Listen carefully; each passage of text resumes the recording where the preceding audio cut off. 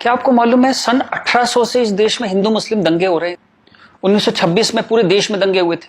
क्या यूपी, लाहौर, मुंबई, तमिलनाडु, कोलकाता सब जगह अलग अलग वक्तों में दंगे होते रहे हैं। तो ये जो एक गंगा जमनी तहजीब है ये कहाँ है? अगर इतने दंगे होते रहे, सौ साल से दंगे हो रहे हैं, तो कहाँ है ये गंगा जमनी तहजीब? चलिए एक और तरह से देखते हैं। आजादी का आंदोलन चला, गांधी जी हमारे लीडर थे, हम सब उन्हें प्यार करते हैं, बहुत आदर करते हैं, कोई इसमें डाउट ही नहीं है। अंबेडकर से गांधी जी का एक बार टकराव हुआ तो गांधी जी ने आमरण अनशन कर दिया अंबेडकर के घर के सामने। ये बात है 1932 की। आखिर में अंबेडकर को झुकना पड़ा, पूना पैक्ट हुआ और अंबेडकर ने एक बात कही जो बहुत प्यारी है, जो मैं गैलीलियो की बात, टक्कर की बात मानता हूं, नेवरदलेस इट मूव्स, उस टक्कर की बात मैं मानता हूं। अंबेडकर ने कहा बात तो मेरी सही है, लेकिन इस वक्त आपकी जान चली जाए ये ठीक नहीं है, क्योंकि अभी देश को आपकी जरूरत है आजादी के लिए, तो मैं अपनी मांग वापस लेता हूं। हालांकि बात तो मेरी सही है। कितनी प्यारी बात थी। उस आमरण अनशन से अंबेडकर को झुकना पड़ा। 1939 कांग्रेस का अधिवेशन तिरुचुरी, सुभाष चंद्र बोस जीत गए थे कांग्रेस अध्यक्ष के लिए, सीतारामैया हार गए थे। लेकिन गांधी जी ने कहा कि नहीं, बोस नहीं बनेंगे वरना मैं छोड़ दूंगा कांग्रेस, ये वो बहुत कुछ टेंट्रम थ्रो किया। तो सुभाष चंद्र बोस ने त्याग पत्र दिया। यहां भी गांधी जी की जिद आगे आई। अंग्रेजों के खिलाफ भी उन्होंने भूख हड़ताल करी तो अंग्रेजों को झुकना पड़ा। तो लोगों के दिल में ये सवाल है, मेरे दिल में सवाल था, जब मैं 7th 8th स्टैंडर्ड में था तो मैंने अपने टीचर से पूछा था, जब जिन्ना ने कहा कि इस देश का पार्टीशन होगा, बंटवारा होगा, तो गांधी जी ने उसके घर के सामने आमरण अनशन क्यों नहीं किया? इस सवाल का जवाब कौन देगा? मुझे आज तक इस सवाल का जवाब नहीं मिला। खैर उसके बाद जिन्ना अड़ गए तो पार्टीशन हुआ। 47 में पार्टीशन में करीबन 15-20 लाख डेड बॉडीज, जो हिटलर नहीं कर पाया, 15-20 लाख डेड बॉडीज हमने देखी। कुछ करोड़, 1-1.5 करोड़ लोग यहां से उजड़ के वहां गए, वहां से उजड़ के यहां आए। पूरी ह्यूमन हिस्ट्री में इससे ज्यादा डेंजरस, इससे ज्यादा खतरनाक चीज कुछ नहीं हुई। शायद वो रवांडा टूटसी में जो प्रॉब्लम हुई वही इसकी टक्कर की प्रॉब्लम होगी। सैकड़ों औरतों को नंगा करके सड़क पे चलाया जाता था, उसे पिंड यात्रा कहते थे। इतनी दर्दनाक चीज, बट ये हुआ क्यों? And who failed? किस वजह से इतना बड़ा पार्टीशन हुआ? सिर्फ एक वजह से कि मुस्लिम्स ने कहा हम आपके साथ नहीं रहेंगे। और आप बकवास आज भी करे जा रहे हो गंगा जमनी तहजीब की, कौमी यकजहती की। 20 लाख लाशें गिर गई, आप अभी भी सच का सामना नहीं करोगे? उसके बाद जो पार्टीशन से लोग आए, यहां बहुत सारे शहरों में रहे और अगले 20, 25, 30 साल बड़ी गरीबी में रहे। ना उनके पास पैसे थे, ना कैंप बोल दिया जाता था, वहां कैंप में रहते थे। बहुत तकलीफों से उन्होंने 20-30 साल बिताए। अब तो वो लोग नहीं है, गुजर गए, लेकिन उनकी वो दर्द की, वो जो रोंगटे खड़े कर देने वाली उनकी कहानियां थी, वो कहानियां जिंदा है। वो लोग जिंदा नहीं है, पर वो कहानियां जिंदा है। और याद रखिएगा, कहानियां अपने हीरो से, अपने कैरेक्टर से ज्यादा उम्र रखती हैं। जीसस चले गए, कहानियां हैं। राम चले गए, कृष्ण चले गए, उनकी कहानियां चलती हैं हजारों सालों से। तो वो लोग चले गए, पर वो कहानियां इस देश के सबकॉन्शियस में चली गई हैं। कलेक्टिव सबकॉन्शियस में वो कहानियां हैं। इसलिए जो आप हेट्रेड देखते हैं हिंदू मुस्लिम की, वो बड़ी एब्स्ट्रैक्ट सी हेट्रेड है। उसकी कोई शेप नहीं है, आप मालूम भी नहीं पड़ता किस वजह से या किस चीज के लिए, पर वो है। फिर आजादी हो गई, सरकार बन गई, कॉन्स्टिट्यूशन आ गया। उसके बाद फिर अजीब अजीब सी चीजें होने लगी इस देश में। शरिया की बातें होने लगी। 4 शादियां कर सकते हैं, हां कर सकते हैं। शाहबानो आती थी तो पूरा पार्लियामेंट उल्टा लटक जाता था सुप्रीम कोर्ट को दबाने के लिए। ये कुछ अजीब अजीब सी चीजें होने लगी इस देश में। तो कभी ये क्यों नहीं कहा गया कि हाँ हम शरिया पूरी तरह लागू करेंगे, हिंदू चोर जेल में जाएगा, मुसलमान चोर के हाथ काट दिए जाएंगे, क्योंकि शरिया में ऐसा कहा गया है। ये कभी कहा ही नहीं गया किसी प्लेटफॉर्म पर, लोगों के दिल में था। अब इस सवाल को दबाया कैसे गया? कांग्रेस के हाथ में ताकत आई। अब उसे इस बात से बचना था कि पार्टीशन हमारी वजह से हुआ, हम लोग फेल हो गए। तो उन्होंने सारे टेक्स्ट बुक अपने हिसाब से लेके, सारे यूनिवर्सिटीज के वाइस चांसलर्स और ये एनसीईआरटी, सीबीएसई, सबके हेड्स उन्होंने अपने आदमी भर्ती करने शुरू किए। उन्हीं लोगों को पद्मश्री देना शुरू किया, उन्हीं लोगों को तमाम मनसब और तमाम तरह की, वही चीफ गेस्ट बनते थे जलसों में।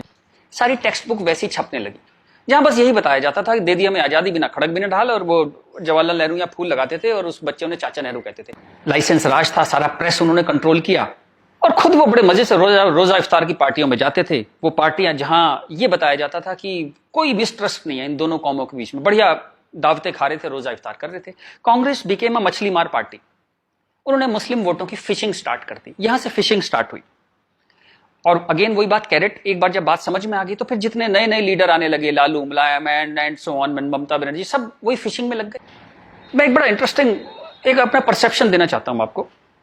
ब्रिटिशर्स जो 47 में इंडिया छोड़ के चले गए, मान लीजिए आजादी के बाद वो यहीं रह जाते, मान लीजिए जैसे साउथ अफ्रीका में हुआ, वहां से जब अंग्रेज छोड़ के गए तो सारे अंग्रेज छोड़ के नहीं गए, बहुत सारे अंग्रेज वहीं रह गए अफ्रीका में। आप उनकी क्रिकेट टीम देखते हैं ना, सारे उनके ग्रीम स्मिथ और पोलक और सब उनके एबीडी, सारे उनके प्लेयर्स जो हैं, जो नेशनल हीरोज हैं, वो वाइट हैं। एक दो रबाडा वगैरह, रबाडा और वो सब खेल लेते हैं, बट मोस्टली वाइट्स खेलते हैं। अंग्रेज वहां से छोड़ के नहीं गए, वहीं रह गए। खैर नेल्सन मंडेला ने उनको इतना खूबसूरती से हैंडल किया कि उस देश में भी वरना पार्टीशन होता और ऐसा ही खून बहता, पर वो इतने ही स्मार्टली उन्होंने हैंडल किया। वो एक अलग कहानी है, पढ़िएगा उसके बारे में। इस दुनिया की सबसे इंस्पायरिंग कहानियों में से है जो मंडेला ने किया। Great great guy. खैर, अगर यहां ऐसा होता कि ब्रिटिशर्स यहां रह जाते, तो मैं आपको मेरा ये एक आकलन है, तो 20-30 साल बाद एक पॉलिटिकल पार्टी पैदा होती जो उनके वोट की फिशिंग करती, और हमें यह समझाया जाता कि हिंदुस्तानी और ब्रिटिशर्स में कभी कोई झंझट था ही नहीं। They were friends, they were happy. हम मिलके होली, दिवाली, ईद मनाया करते थे। और ये जनरल डायर, ये तो आप झूठी बातें हैं, जलियांवाला बाग में गोली चला दी जनरल डायर ने, ये सब एग्जेजरेशन है, राइट विंगर्स ने पैदा किया है। अगर अंग्रेजों के भी वोट यहां पे होते तो ये झूठ चलता रहा और Hindus got sick of it. पर कहने का कोई रास्ता नहीं था, कोई आउटलेट नहीं था इस बात को कहने का, कोई ऐसा चेहरा नहीं था वो जिसके साथ वो बात कहते कि वो एम्पैथी से हमारी बात सुनेगा। अब यहां मैं थोड़ी सी डिटूर लेना चाहता हूं। कांग्रेस ने इस देश की बहुत सेवा की है। अगर इतनी मॉडर्न आउटलुक के नेहरू जी ना होते तो देश यहां तक ना पहुंचता। उतनी भयंकर गरीबी में जब दंगे भी थे, वॉर भी थे, नेहरू जी ने इसरो के बारे में सोचा, एटॉमिक पावर के बारे में सोचा, आईआईटीज के बारे में सोचा। Great guy. जो उनकी अच्छाइयां वो अच्छाइयां हैं, बट इसी के साथ जो गलतियां भी उन्होंने बहुत बड़ी करी। एक इतनी बड़ी चीज को, एलिफेंट इन द रूम जिसको बोलते हैं, डायनासोर आपके सामने खड़ा था, आप उसे एड्रेस, उसका सॉल्यूशन नहीं निकाल पाए। कम से कम हाँ तो कहते डायनासोर खड़ा है। और झूठ ऐसे ऐसे चलाए, जैसे कश्मीर के बारे में झूठ चलाया। 370 का तो कुछ हो नहीं सकता भाई। महाराजा हरि सिंह ने यही शर्त पे विलय किया था कश्मीर का, क्योंकि 370 उन्होंने तब किया, तो कुछ हो ही नहीं सकता इसका। अब पता लगा ये झूठ है, महाराजा हरि सिंह ने ऐसा कुछ साइन ही नहीं किया था। ये तो दलाल टाइप के लोगों ने 1.5 साल बाद, 1.25 साल बाद लाए 370, और अंबेडकर ने साफ साफ मना किया कि नहीं है ये 370, नहीं लगाऊंगा, इतनी खराब है ये। फिर भी लगा दिया आपने, जबरदस्ती ठोक दिया आपने। अब मैं अपनी बात पे वापस आता हूं कि नरेंद्र मोदी कोई आदमी है ही नहीं, ये वो खूंटी है जिस पे पूरे देश ने अपना ये जो बरसों का गुस्सा है, 50 साल का नहीं, 150-200 सालों का गुस्सा टांगना शुरू कर दिया उस खूंटी पे। डिस्कशंस स्टार्टेड हैपनिंग, गुस्से को एक जगह मिली, एंगर फाउंड अ वेंट। चलिए एक और बात करते हैं। मेरा मानना है कि हम लोग एक एहसान फरामोश कौम है। जी बिल्कुल ठीक सुना आपने, हम एहसान फरामोश लोग हैं। गुरु अर्जुन देव, गुरु तेग बहादुर, बंदा बहादुर, भाई मती दास, हकीकत राय, गुरु गोविंद सिंह, आपने नाम सुने, सिख गुरुज, उनके साथी। जब हिंदू कौम इस्लामिक रूलर से बहुत परेशान थी, फोर्स कन्वर्जन हो रहे थे, बहुत जुल्म हो रहे थे, जजिया वजिया बहुत चीजें थी, तो इन्होंने हिंदुओं को बचाने के लिए ये सब कुर्बानियां दी। किस गुरु को जिंदा जला दिया गया, किसको गर्म तवे पे भून दिया, बात समझ रहे हैं आप, जैसे सब्जी बनाते हैं आप, गर्म तवे पे जिंदा भून दिया, किसको आरे में से बीच में से काट दिया, किसको रुई से बांध के जला दिया, किसके बच्चों को दीवार में चिनवा दिया, किसके बच्चों के दिल निकाल के बाप के मुंह में ठूस दिए। ये सब कहानियां हमने पढ़ी, इनकी कविताएं हम स्टेज पे गाया करते थे जब हम छोटे थे। हकीकत हूं, हकीकत को हकीकत जब बताऊंगा, हूं एक लाखों को हकीकत मैं बनाऊंगा। इस सारे जुल्म को सहकर हिंदुओं में से एक वॉरियर कौम पैदा हुई, खालसा। पर आजादी के बाद टेक्स्ट बुक, कांग्रेसियां टेक्स्ट बुक थी सारी, इरफान हबीब, रोमिला थापर, इन सब ने हमें हिस्ट्री पढ़ानी शुरू करी, और ये कहा गया कि भाई हम बड़े सेकुलर हैं, सेकुलर रहो और प्रोग्रेसिव बातें करो। अगर आपने ये सब बातें करी तो बड़े आप कम्युनल कहलाओगे। तो हम बड़े कंफ्यूज से हो गए कि क्या करें। तो कुछ समझ नहीं आया तो हमने सिखों पे जोक बनाने शुरू कर दिए। कल्पना कीजिए, हिंदुओं में से उठी हुई एक कौम जिसने इतने बलिदान दिए, आज हम उसके ऊपर चुटकुले बनाते हैं। बजाय उस कौम को सिर पे बिठाने के हम उस पर चुटकुले बनाने लगे। चलिए, ये वक्त भी देखा इस देश ने। यहां से प्रॉब्लम शुरू हुई। जिन जिन मुस्लिम रूलर्स के हाथों, जिससे पूरे लंबे वक्त में वो जो हमने तकलीफें सही, जैसे ब्रिटिशर्स के हाथों सही, ब्रिटिशर्स चले गए, उन मुस्लिम लोगों के हाथों जो हमने इतनी तकलीफें सही, उनको आजादी के बाद हम कुछ एड्रेस ही नहीं कर पाए और कंफ्यूज हो गए कि ये सब जुल्म हुए भी थे या नहीं थे। ये गुरुओं ने जो इतनी बलिदान दिए थे, जो इतने सैकड़ों सालों से ये जो गुरुद्वारे बने हुए हैं, ये सच्चे हैं कि नहीं है, या ये मोदी ने बना दिए जाके चुप चुप के 200-300 साल पहले मोदी ने बना दिए। अंदर ही अंदर एक कैंसर है, इस गुस्से का एक कैंसर है जो इस देश को खाए जा रहा था कई सौ साल से। वो कैंसर पार्टीशन में दिखाई दिया, आपके दो हाथ काटने पड़े, एक भारत एक पाकिस्तान बन गया, एक बांग्लादेश बन गया, दो हाथ कट गए आपके अंदर इतना बड़ा कैंसर था। लेकिन आप क्या करते हैं, आप लिपस्टिक लगाते हैं, पाउडर लिपस्टिक लगा के आप कहते हैं भाई everything is well, all is well. चलिए इस प्रॉब्लम को एक और तरह से देखते हैं। तो ये भारत पाकिस्तान बांग्लादेश तीनों को मिला दें तो करीबन 50 करोड़ मुस्लिम लोग हैं यहाँ पे रहते हैं। ये कहां से आए? इतने मुस्लिम तो अरब में भी नहीं है, मिडिल ईस्ट में इतने मुस्लिम नहीं है। इस देश में पारसी भी आए, बुद्ध हैं, राजपूत हैं, सिख हैं, बहुत कौम है, ये क्यों नहीं हो गए 50 करोड़? इस क्वेश्चन का क्या आंसर है? फिर एक दलाल टाइप के जो लोग हैं उन्होंने एक नया नैरेटिव स्टार्ट किया। ये पिछले 25-30 साल से ज्यादा जोर पकड़ा इस नैरेटिव ने, 20-25 साल से, कि ये प्यार से कन्वर्ट हो गए, ये हिंदू ही थे, प्यार से कन्वर्ट हो गए। वेरी गुड, वाह। ये कहा गया सूफी संत आते थे, दरवेश फकीर वकीर आते थे, और लोग प्यार से कन्वर्ट हो गए। मैं आपको एक एग्जांपल देता हूं। जैसे हमारा एक बहुत बड़ा देश था, ऐसे एक बहुत बड़ा देश था पर्शिया, वहां पारसी रहते थे और वो कलाओं में, ट्रेड में, एजुकेशन में बहुत ऊपर देश था, उसकी वो पूरी सिविलाइजेशन बहुत हाई पे थी। ये मिडिल एजेस की बात है, मुस्लिम्स का अटैक हुआ, करीबन 25-30 साल में एक भी पारसी जिंदा नहीं बचा, सारे देश छोड़ के भाग गए, मर गए, लूट हत्या बलात्कार, और 25-30 साल में एक नया इस्लामिक मुल्क बन गया। बाद में जिस मुल्क का नाम पड़ा ईरान। सारे पर्शियंस कहां गए? कुछ भाग के तो हिंदुस्तान भी आ गए थे। वो प्यार से कन्वर्ट हो गए। ऐसा प्यार इस दुनिया ने कई बार देखा है, अफ्रीका में, एशिया में, ऐसा प्यार 25-30 कंट्रीज ने बर्दाश्त किया है, और वो 25-30 कंट्री टोटल इस्लामिक बन गए। और लेटेस्ट कश्मीर, जब वहां से 3 लाख 4 लाख हिंदू भगाए गए तो वो प्यार से भागे वहां से, और पूरा कश्मीर इस्लामिक हो गया। Make no mistake, it's a caliphate. जो बगदादी करता है खलीफा जो अपना साम्राज्य बनाता है जहां सिर्फ मुस्लिम होते हैं, और अगर गैर मुस्लिम है तो उन्हें डिम्मी बन के रहना पड़ेगा, खत्म होकर रहना पड़ेगा, वो कैलिफेट है इस्लाम की। इस वक्त कश्मीर में, हिंदुस्तान में कैलिफेट है। 1921 में मालाबार में दंगा हुआ था, वहां भी कैलिफेट बनाने की कोशिश की गई थी। कुछ 50,000 या 1 लाख हिंदुओं को बाहर निकाल दिया था वहां से, फोर्स्ड कन्वर्जन किया था, तो तब नहीं बना पाए। लेकिन आज कश्मीर में कैलिफेट है, ध्यान रखिएगा। ये आपकी गुलदस्ता और कश्मीरियत, जमहूरियत, इंसानियत सबके बीच में एक कैलिफेट बन गई। लेकिन आप कहते हैं कुछ हुआ ही नहीं है।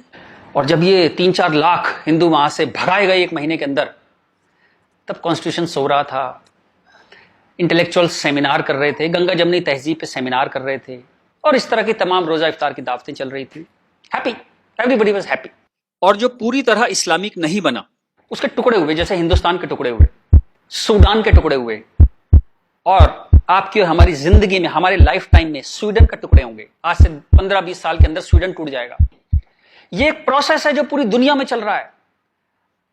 आप या तो बहुत भोले हैं, देखते ही नहीं, या आप इतने मूर्ख हैं कि दुनिया में क्या हो रहा है आपने कभी देखा ही नहीं, या आप झूठे हैं, या आप दलाल हैं।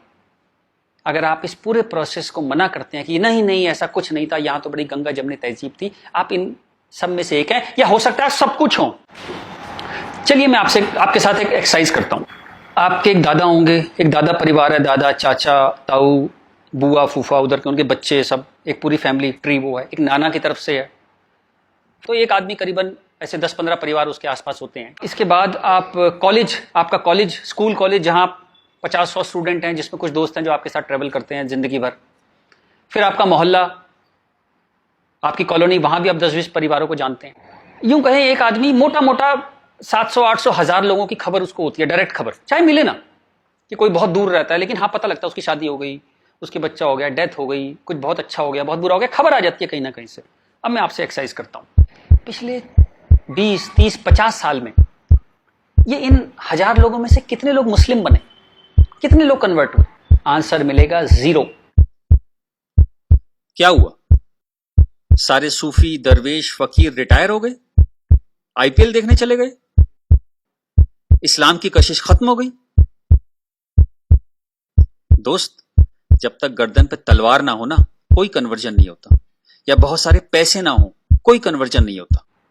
उसके बाद पार्लियामेंट पे अटैक हुआ, इस देश की पार्लियामेंट पे अटैक हुआ, और उसमें शामिल अफजल गुरु, उसके सम्मान में, उसके समर्थन में लोग खड़े हैं, हजारों हजारों लोग मुसलमान खड़े हैं, और हमने तब भी कुछ नहीं कहा। इस देश में हाहाकार नहीं हुआ।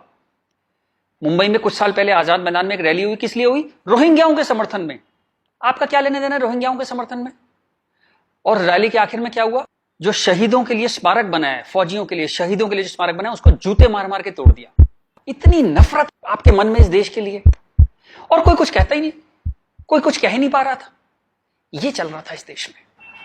तो ये जो एक हेट है, ये इन दोनों कौमों में रही, और वो एक हेट, वो एक नफरत जो थी, वो कभी, it never became a past history, distant history, कभी नहीं हुआ। वो रोज रहा। कभी वो अफजल गुरु के रूप में आ गई, कभी वो क्रिकेट मैच के रूप में आ गई, कभी कश्मीर, कभी आजाद मैदान, वो हमेशा कभी ना कभी उसके न्यू एडिशंस आते रहते थे। एक और एक्सरसाइज करते हैं। आप मोटरसाइकिल चलाते हैं, कार चलाते हैं, साइकिल, स्कूटर कुछ चलाते होंगे। जब भी आप सड़क में जाते हैं तो थोड़ा संभल के चलते हैं। लेकिन आपके शहर के जो मुस्लिम एरिया है, जब उसमें आप जाते हैं तो कुछ एक्स्ट्रा संभल के चलते हैं कि नहीं? एक्स्ट्रा संभल के, कि अगर यहां लग गई तो एक्स्ट्रा पिटाई होगी। वो जो फियर है आपके अंदर, वो जो डर है, वो कमाल की चीज है, जिसको देश कहता है नहीं, एक सिस्टम कहता है नहीं, लेकिन आपके अंदर है, करोड़ों लोगों के अंदर है, 100 करोड़ लोगों के अंदर है वो डर। और एक आखिरी एक्सरसाइज, जब भी आपको कोई ज्ञान बांटता हुआ आदमी मिले, सेकुलर मिले, इंटेलेक्चुअल मिले, गंगा जमनी तहजीब वाला आदमी मिले, सब बराबर हैं, सब धर्म है, तो उसको कहिएगा चलिए एक पेज पे लिखते हैं, गीता, बाइबल, कुरान सब एक जैसे हैं, जीसस, राम, कृष्ण, पैगंबर मोहम्मद सब एक जैसे हैं, ना कोई छोटा ना कोई बड़ा, सब प्यारे इंसान है, सब बढ़िया हैं, सब बराबर हैं। एक पेज पे लिख के उसे बोली जरा 2-4 मुस्लिम से साइन करा के ला। ऐसी ची की आवाज आएगी उस इंटेलेक्चुअल की, आपके पास जिंदगी में दोबारा नहीं आएगा। वो एक मुसलमान के साइन नहीं करा सकता इस बात पे। ये सारा ड्रामा हमारे लिए है। ये तो जहां से मैंने बात शुरू करी थी कि ये जो गुस्सा है, ये कई 100 साल का गुस्सा है, जिसको वेंट नहीं मिला, कभी निकलने की जगह नहीं मिली। और ये जो बार बार दंगे होते हैं ना, ये उसकी EMI है। And coming back to the point, Modi कोई आदमी है ही नहीं। मोदी वो मौका है, और वो गारंटी है कि इस बार जब शाहबानो पार्लियामेंट में आएगी, कि हलाला हो गया, कि 4 विवाह हो गया, कुछ हो गया, इस बार पार्लियामेंट ब्लैकमेल नहीं होगी। वो एक शख्स नहीं है, वो एक इमोशनल बाम है, एक इमोशनल मलहम है, जिसकी इस देश को कई 100 साल से जरूरत थी। और अगर आप सोचते हैं कि एक आदमी क्या कर सकता है, तो दोस्त, कैसे आकाश में सुराख नहीं हो सकता, एक पत्थर तो तबीयत से उछालो यारो।